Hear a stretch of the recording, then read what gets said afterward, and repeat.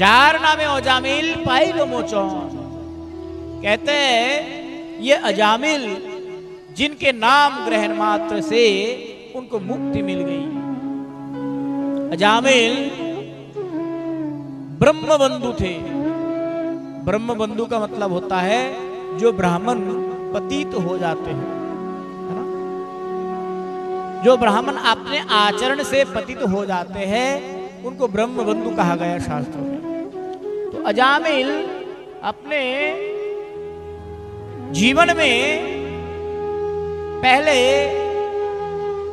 नैष्ठिक ब्राह्मण हुआ करते थे, परंतु जंगल में जाकर के जब उन्होंने एक दिन कुदृश्य को देखा, इससे उनके हृदय में इतना मल, इतना दुर्व्यसन आ गए कि वे पतित हो गए। और पतित होकर के मांसाहार, वैश्यागमन, दूत क्रीड़ा आदि आदि अपने दुर्व्यवहार से अपने जीवन को वो अधोगति में धीरे धीरे ले जा रहे थे। अंततः गत्वा उनके गृह में कुछ वैष्णवों का आगमन होता है। कुछ सन्यासी अयोध्या से वृंदावन की तरफ की यात्रा कर रहे थे, तो अजामिल की पत्नी ने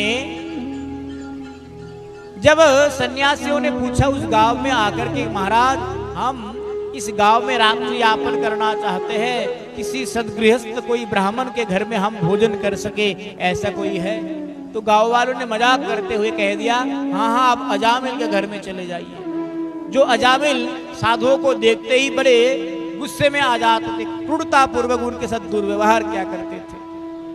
जब उनके घर में गए तो भिक्षाम देहि का जैसे ही उन्होंने आवाज लगाया तो अजामिल की पत्नी ने आई, द्वार खोलते ही इतने श्रेष्ठ और ज्येष्ठ वैष्णवों को देखते हुए उनका हृदय द्रवीभूत हो गए और कहने लगे, महाराज आप आए तो भिक्षा लेने के लिए, परंतु आप ऐसे एक व्यक्ति के द्वार पर आए जो आपको सहन नहीं कर पाएगा। मेरे पति अत्यंत दुराचारी है।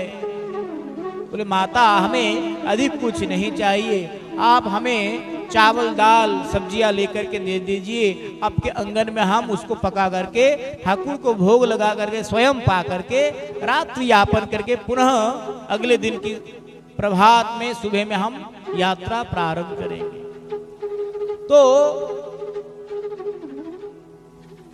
अजामिल के पत्नी के मन में दया आई और वैष्णव दर्शन का एक फल होता है ना, तो उन्होंने क्या किया, सभी संत महापुरुषों के लिए सादा चावल दाल सब्जियां दे दिया और वैष्णव लोग पकाने लगे, हरि कथा हरि कीर्तन होने लगे। अचानक से सांझ के समय वहां पर अजामिल पहुंच जाते हैं। अपने घर में आकर के जब ये दृश्य देखता है उसका खून खौल उठता है कि इन साधुओं के दुस्साहस तो देखो, वो भी मेरे घर के आंगन में ये लोग भगवत नाम कीर्तन कर रहे हैं। अरे साधुओं, आपको ये दुस्साहस किसने प्रदान किया? वत्स, आपके घर में हम आए, कुछ समय हम रुकेंगे, कल सुबह तक हम चले जाएंगे। उन्होंने कुछ अनर्थ करने ही वाले थे कि अचानक से उनकी पत्नी ने मना किया कि नहीं, इनको कोई भी डिस्टर्ब नहीं करना। साधु लोग अगले दिन सुबह जब जाने वाले थे तो बड़े दयालु होते हैं वैष्णव लोग।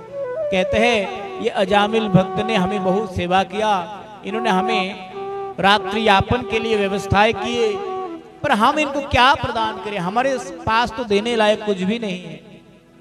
तो उस समय अजामिल की पत्नी गर्भवती थी, गर्भ संभवा थी।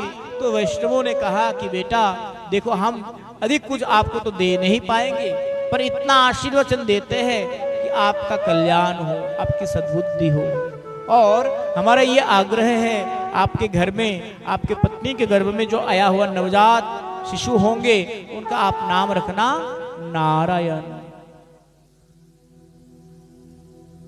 वैष्णव दर्शन में सद्बुद्धि होने के कारण अजामिल ने ऐसा ही किया, अपने पुत्र का नाम नारायण रख दिया। और क्या हुआ कि अपने पुत्र वो अपने पुत्र को अधिक स्नेह मोह के कारण हमेशा नारायण नारायण नारायण नारायण बेटा इधर आओ, नारायण तुम कहाँ हो, ये हमेशा हर रोज का उनका चलता रहा। ऐसे चलते चलते एक दिन अजामिल के जीवन के वो अंतिम क्षण आया और अजामिल ने जब अपने जीवन के पूर्व स्मृतियों को समेटे हुए सोच रहे थे और वो रो रहे थे कि मैं कहाँ से कहाँ आ गया, मैं कहाँ नैष्ठिक ब्राह्मण था और कहाँ एक भोगी मनुष्य के रूप में आज रह गया, ये मेरे दुर्भाग्य है, ये सोच ही रहे थे कि अचानक से 3 यमदूत आ गए वहां उनको लेने के लिए। काय और मन और वाक के द्वारा जो पाप किया था अजामिल ने, 3 यमदूतों ने आकर के जब उनके गले में फंदा डाला, इतना भयभीत हो गया, इतना भयभीत हो गया कि नारायण कह करके जैसे उन्होंने उच्चारण किया, वैसे ही वैकुंठ से 4 विष्णुदूतों ने आकर के उन यमदूतों को रोक दिया, खबरदार इसको नहीं ले जाना, क्योंकि इन्होंने नारायण नाम का उच्चारण किया। तो महाराज नारायण नाम का उच्चारण करने से क्या कोई कुछ हो सकता है? अरे इन्होंने जीवन में पाप कितना किया ये तो देखो आप लोग, हमारे भगवान ने हमें भेजा है इनको ले जाने के लिए। अच्छा आपके भगवान कौन है? हमारे भगवान यमराज है। अरे मूर्खो, तुम यमराज को जाकर के पूछो, तुम्हारे भगवान अगर यमराज है तो यमराज के भगवान कौन है? इनके मन में पूरा भ्रम पैदा हो गया, अरे यमराज का भी कोई भगवान है, हम तो जानता हमारा भगवान यमराज है। तो जैसे वो लोग यमराज जी के पास आ पहुंचे, महाराज हम तो उस अजामिल पापी को लेने गए थे और वे लोग तो हमें 4 विष्णुदूतों ने आकर के हमें वहां से निकाल दिया और कहने लगे कि यमराज को जाकर के पूछो कि यमराज का भगवान कौन है। तो यमराज जी कहे अरे अरे अरे अरे अब तो बड़ा अनर्थ कर दिया, अब इतना गलती कर दिया, अरे मैं भगवान नहीं हूं, मेरा भी कोई भगवान है। और मेरा भगवान कौन है? सबका भगवान कौन है?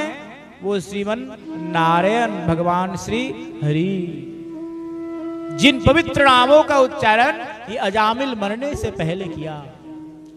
आगे से ध्यान रखना, कहीं पर भी आप किसी भी जीवात्मा को जब लेने जाओ तो ऐसे जीव को यमलोक में नहीं लेकर के आना जिन्होंने कंठी में, जिन्होंने गले में कंठी धारण किया हो, जिन्होंने मस्तक पर 12 अंग में तिलक धारण किया हो, जिनके जीवा में हमेशा भगवत नाम कीर्तन करते रहते हैं, उनको तुम गलती से भी यमलोक में नहीं लेकर के आना।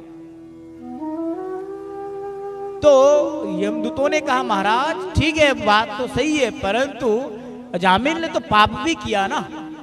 कहते महाराज पाप किए होंगे परंतु अंत काले च मामेव स्मरमुक्त कलेवरम यपयाति समद्भावम याति नास्तत्र संशयः। अंतिम काल में मरने से पहले अगर कोई जीव भगवत नाम का उच्चारण करते हैं तो वो भगवत लोक में, वैकुंठ लोक में जाने के सौभाग्य अर्जित करते हैं। तो इस प्रकार से अजामिल प्रेम पूर्वक नाम नहीं लिया, अपने भयभीत होकर के वो भी पुत्र का नाम लिया। इसको कहते हैं नामाभास। क्या कहते हैं इसको? नामाभास। हरिनाम जब हम जप करते, गुरु महाराज जी जब हमें हरिनाम प्रदान किया था उस समय नाम अपराध, नामाभास और विशुद्ध नाम, ये 3 मूल नाम तत्व का ये हमारे प्रति एक पिलर है। नामाभास और नाम अपराध और विशुद्ध नाम। तो हम नाम अपराध से प्रारंभ करते अपने साधन जीवन और धीरे धीरे नामाभास तक पहुंचते हैं और वैष्णवों के संग से और गुरु जी की कृपा से अगर कृपा हुई तो विशुद्ध नाम तक भी हम पहुंच पाते हैं। तो इस प्रकार से ये हरिनाम संकीर्तन ही है जो कलयुग में हम जैसे बद्ध जीवों को बहुत सुलभता पूर्वक भगवत प्रेम दे सकते हैं। सिवाय इसका अन्य कोई विकल्प नहीं है। वांछा कल्पतरुभ्य कृपा सिंधुभ्येव च पतितानां पावनेभ्यो वैष्णवेभ्यो नमो नमः।